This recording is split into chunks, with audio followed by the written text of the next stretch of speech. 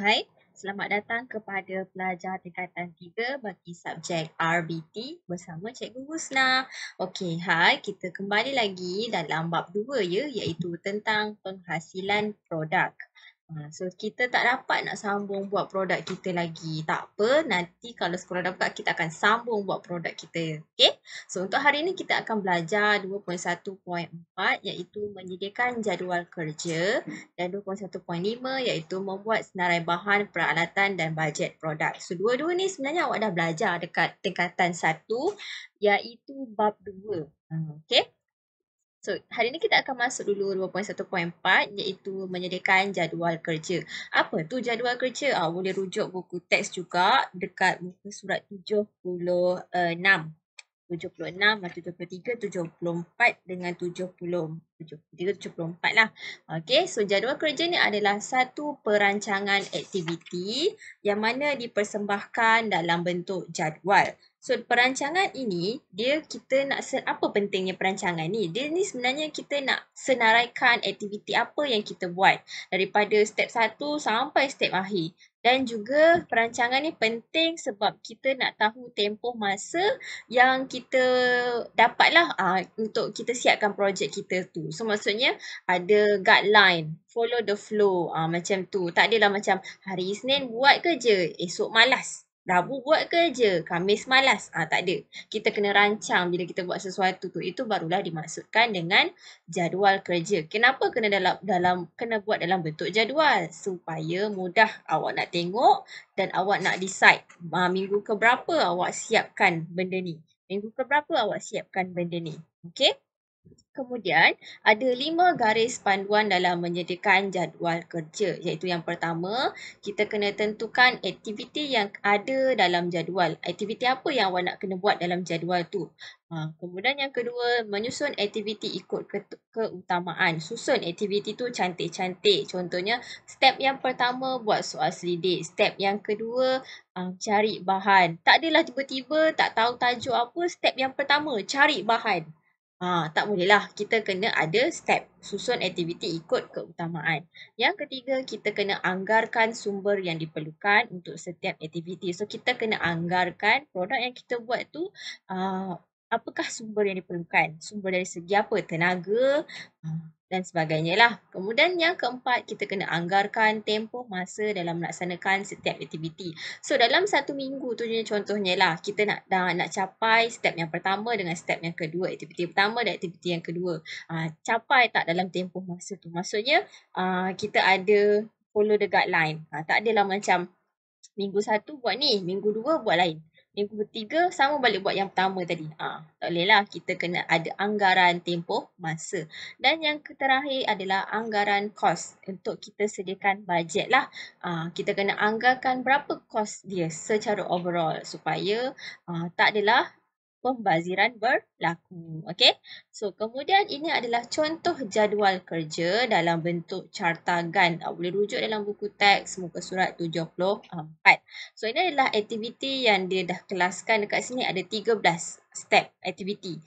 Dia mula-mula dia bagi penerangan kepada pelanggan, ada kajian, ada perbincangan, dia melukis, sediakan mockup, tetapkan bahan, cari pembekal, buat pasaran dan sebagainya. Dan dia ikut minggu. Tak adalah step yang pertama memberi penerangan keperluan pelanggan. Minggu yang terakhir. Tak. Okay. Kita kena senaraikan mengikut keutamaan dan mengikut minggu yang kita mahukan. Okay. So, tujuan kita hasilkan jadual kerja ini dalam bentuk cartagan ini adalah yang pertama untuk kita elakkan kerugian masa dan kos. Yang kedua adalah kita nak kawal sumber tenaga pekerja kita supaya dia tak penat lah. Okay. Yang ketiga untuk elakkan pembaziran dan yang keempat nak uruskan bahan mentah secara sistematik. Bahan mentah tu macam bahan-bahan yang kita nak pakai. Okay. Ini adalah yang 2.1.5 yang mana kita akan membuat senarai bahan, peralatan dan bajet produk. So ini adalah contoh yang cikgu tunjuk dalam slide ni adalah contoh dalam buku teks iaitu dia nak hasilkan pengilap kasut magic.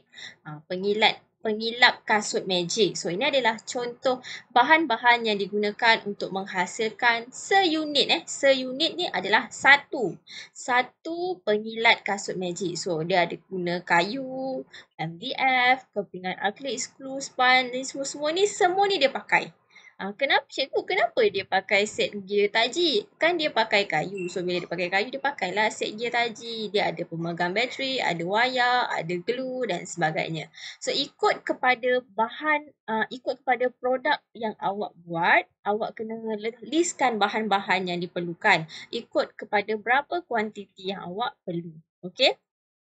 Ini adalah alatan. Tadi adalah bahan. Yang kedua adalah alatan. Alatan untuk hasilkan pengilat kasut. So alat yang digunakan banyak. Dia ada guna gergaji taji, pembaris keluli, sesiku L. Ni ada kat bengkel cikgu. Yang gergaji ni tak ada. Mesin gerudi, cordless, mesin pelelas. Ni untuk licinkan kayu lah. Apek G. Siapa yang guna hari tu kat bengkel? Ingat lagi Apek G? Terpusing-pusing nak letak kayu awak tu kan?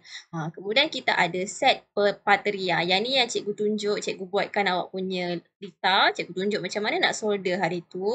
Kemudian ada penjalur wayar. Yang ni cikgu tak jumpa hari tu kan. Cikgu guna gunting je untuk penjalur wayar ni. Sebab kita nak potong wayar supaya tak terpotong. Yang wayar luar tu kan.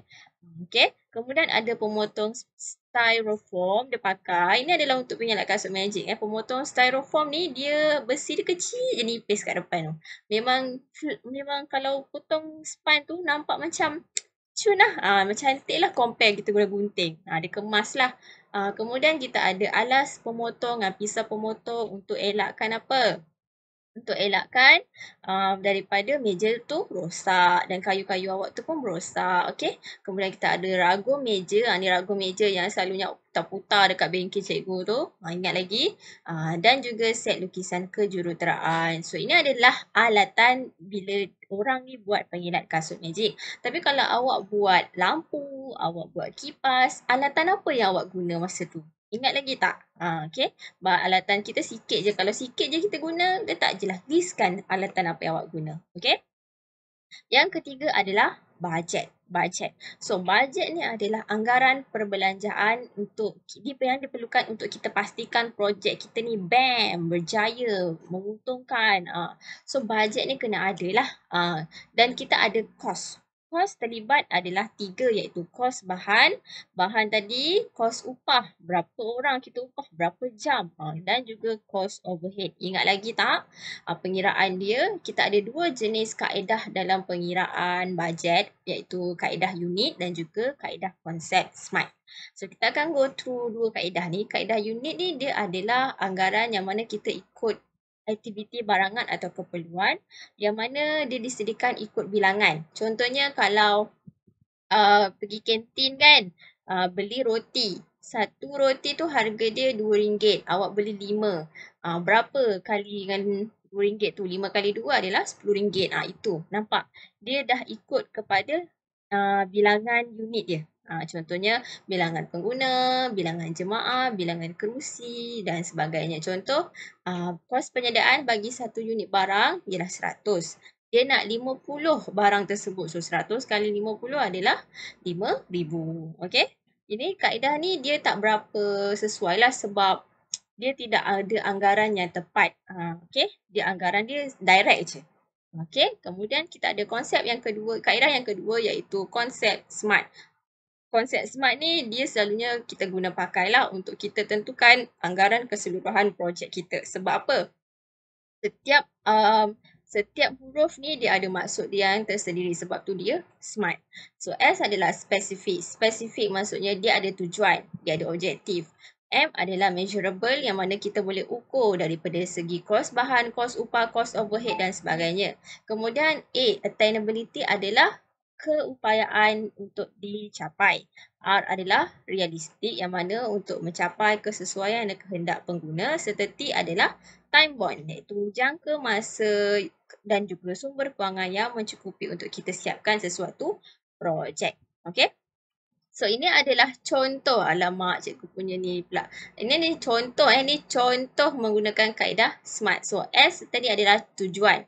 Tujuan kita adalah untuk buat pengilat kasut magic. Tujuan, apa dia tujuan dia? Mestilah nak kilatkan dan bersihkan kasut. Berapa bilangan dia? 100. Contoh macam cikgu, saya nak buat 200 lah cikgu. Buatlah ikut kepada perbincangan awak dengan pelanggan dan juga ahli kumpulan awak. Okey, dan awak kena kenal pasti siapa sasaran awak. Okey, kemudian kita ada kos. Yang kedua adalah M, pengagihan kewangan, iaitu dari segi kos bahan. Bahan-bahan tadi kita kirakan berapa kuantiti kita nak, kos kali dengan harga kos seunit dan jumlah total dia. Itu adalah kos bahan. Kos upah adalah formula dia bilangan pekerja kali masa kali kadar upah sejam kali bilangan hari. Dan juga yang terakhir adalah cost overhead. Tambahkan cost overhead ni adalah kos-kos seperti air, bil elektrik, bil api, yang kos hidden tu lah. Dan juga jumlah modal kita tambahkan semua tadi, kos bahan, kos upah dan cost overhead. Okay. So, kita akan kira kos pengeluaran, adakah berapakah peratus keuntungan yang awak nak? 100%. So, harga kos jualan awak adalah RM46.30. So, nak boleh rujuk dalam buku teks muka surat 78. So, A tadi adalah keuntungan dia, iaitu boleh dicapai ataupun tidak. So, daripada kos jualan tadi, kita tolak dengan kos pengeluaran seunit berapa dapat. So, ini adalah untung bersih awak. So, realistik. Gabungan ini boleh diperoleh dan kemahiran ada untuk buktikan produk ini boleh dilaksanakan. Awak realistik. Awak rasa awak ada kebolehan untuk buat projek ni. Dapat realisasikan benda ni. Okey. T adalah tempoh masa. Berapakah tempoh masa yang disiapkan? Tidak melebihi daripada kos yang dianggarkan. Okey. So, sebagai uji minda awak, aktiviti aktiviti awak, cikgu nak awak memilih satu produk antara tiga ni kejap. Okey, so sama balik tadi, awak dikehendaki pilih satu produk. Antara satu produk ni, pilih antara lampu hiasan. Okey, ni adalah lampu hiasan. Kejap cikgu tulis kat sini, ini adalah lampu hiasan. Kemudian gambar yang kedua ni adalah beg tote ataupun beg tangan macam tu lah. Yang ketiga ni adalah vacuum electric DIY. Okay, so antara tiga ni pilih satu sahaja produk dan awak kelaskan dari segi senarai bahan dia, peralatan yang diguna dan berapa bajet untuk kita buat produk ini. Menggunakan kaedah SMART. So, awak copy balik daripada kaedah SMART tadi, awak decide mana satu produk yang awak nak, awak kelaskan dia. Okey, contohnya macam senarai bahan. Untuk lampu hiasan ni, contohnya senarai bahan lampu hiasan. Sekejap, cikgu. Okey, dekat sini dari segi bahan. Bahan apa yang agak-agak kita guna? Contohnya dekat sini dia ada guna kayu. Dia ada guna kayu. Lepas tu dia ada guna kertas, cawan kertas. Cawan kertas. Dia ada gunakan apa lagi? Wayar. Ada guna pemegang bateri dan sebagainya. Pemegang bateri dan sebagainya. So, listkan bahan-bahan tu dan awak senaraikan alatan yang digunakan. So, kalau nak lekatkan benda ni, alatan yang digunakan mungkin adalah hot glue gun. Kemudian kita ada bateri ataupun kita ada guna tape untuk kita tape wayar itu dan bajet. So, bajet kiralah agak anggaran awak ikut kepada pilihan awak. Contohnya awak nak letak harga cawan kertas ni dalam satu paket RM2 contohnya. Okay. So, ini adalah bag tote pula. Kalau bag tote pula, kita senaraikan bahan-bahan yang digunakan. Agak-agak dekat sini kita nampak dah ada guna jeans. So, kita guna juga kertas warna mungkin. Ada guna pin. Ada guna apa lagi? Butang. Ada guna apa lagi? Senaraikan bahan-bahan tersebut dan peralatan yang kita guna. Okay.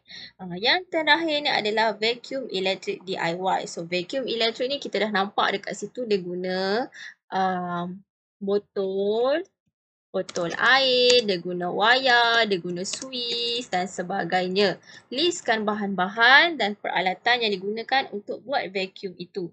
Dan awak kelaskan bajet. Bajet tu kena ada harga bahan, harga kos upah, harga kos apa lagi tadi? Kos bahan, kos upah, kos overhead dan juga kos harga pengeluaran dia. Okay? So, kita jumpa lagi pada kelas akan datang kepada cikgu. Jumpa lagi. Bye.